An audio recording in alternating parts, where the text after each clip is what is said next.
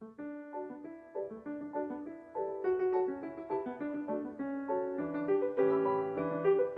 first filmmakers simply photographed what interested or amused them.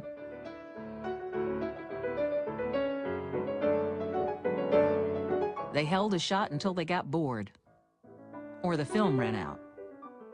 The fathers of cinema, Edison in the United States and the Lumiere Brothers in France, were very pessimistic about the future of cinema.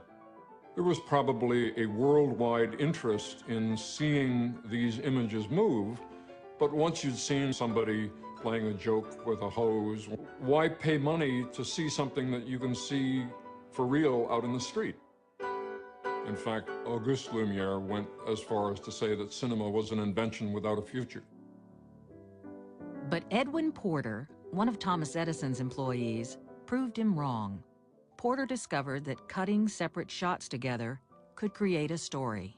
Edwin S. Porter really was the one with the Life of the American Fireman, I think, that started intercutting and creating an emotional impact in the audience by intercutting two shots that are not related to each other.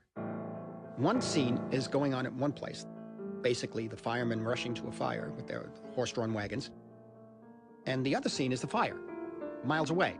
And you intercut the two, and you understand psychologically and emotionally that these people's lives are in danger, and these people are coming to rescue them, and you're rooting all of a sudden for that to happen, and you're hoping they save the people. I often think about what it must have been like to be there to create the art form as it was happening and say, why don't we try this? That doesn't make any sense. I mean, we do it in the editing room now. We cut to something and say, well, that doesn't work. Well, imagine what they must have said in 1904. The Great Train Robbery was Porter's next film. That's when you really begin to see the possibilities. And I'm not saying this because I'm an editor, but the invention of editing is the thing that allowed film to take off. D.W. Griffiths is most well known for his 1915 film, The Birth of a Nation. Griffiths contributed to mise-en-scène and various film editing techniques. He used techniques such as cross-cutting and fade-ins. He also managed to manipulate the use of diegetic time in his films. Unlike earlier films, Griffiths decided to skip to the scene he wanted to be shown during editing, not dragging on the whole story.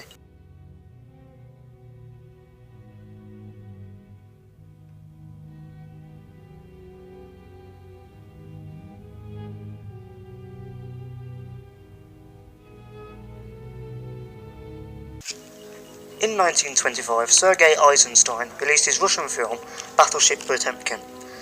The Russian filmmaker used this opportunity to test his theory of montage.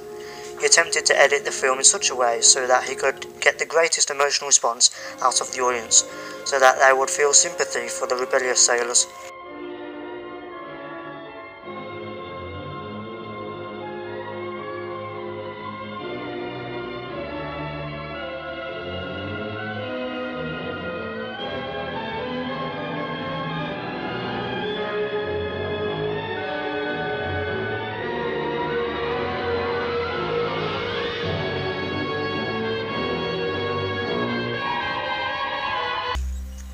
Dziga Vertov released an experimental film called A Man with a Movie Camera.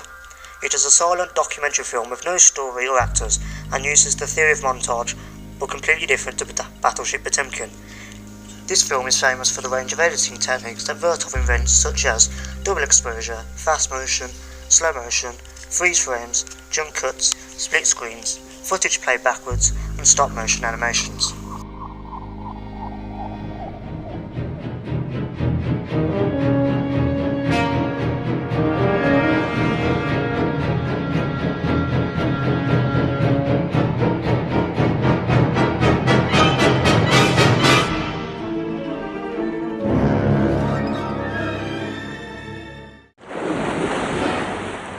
Verna Fields made many good contributions to Jaws.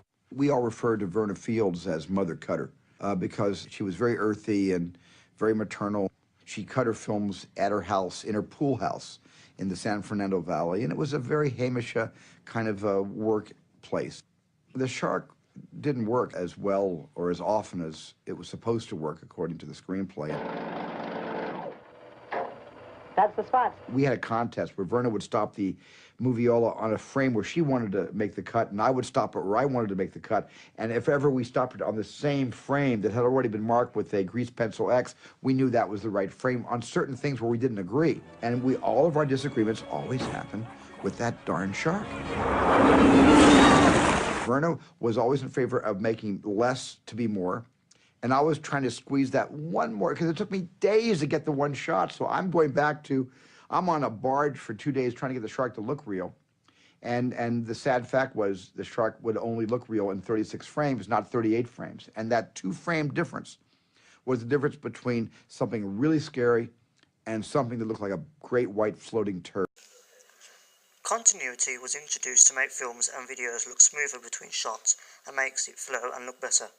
For example, if we see somebody put their hand on a door handle, we expect to see the same person walking through the door in the next shot, not put their hand back on the handle.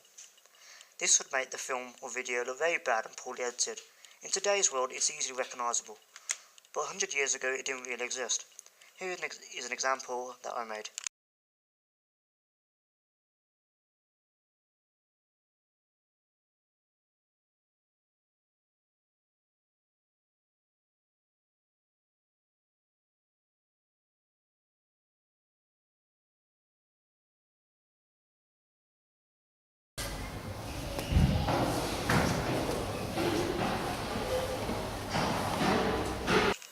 Parallel editing or cross-cutting is when you can see two different scenes happening at the same time, but you keep switching from one story to the other. A great example of this is in the film The Godfather, created in 1972, directed by Francis Ford Coppola and edited by William Reynolds and Peter Zinner.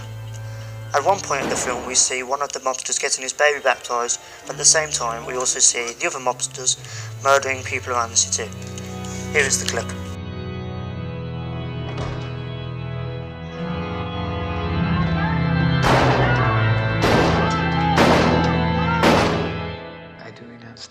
The 180-degree rule means that if two people are talking, you have to position the camera on one side of the two people, and you can't move it to the other side. This is because if you suddenly change the side the camera's on, the characters' faces doesn't match and will look horrible. Although, there are exceptions when it comes to breaking this rule.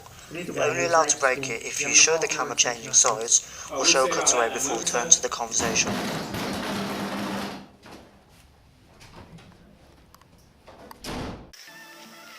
Editing can also change the pace of a film. For example, long, slow edits can create tension and give the impression that something is about to happen. And when it does come, editors use fast edits to make the scene look much more exciting. A great example of this is in the film The Good, the Bad and the Ugly, where the three characters are having a Mexican standoff.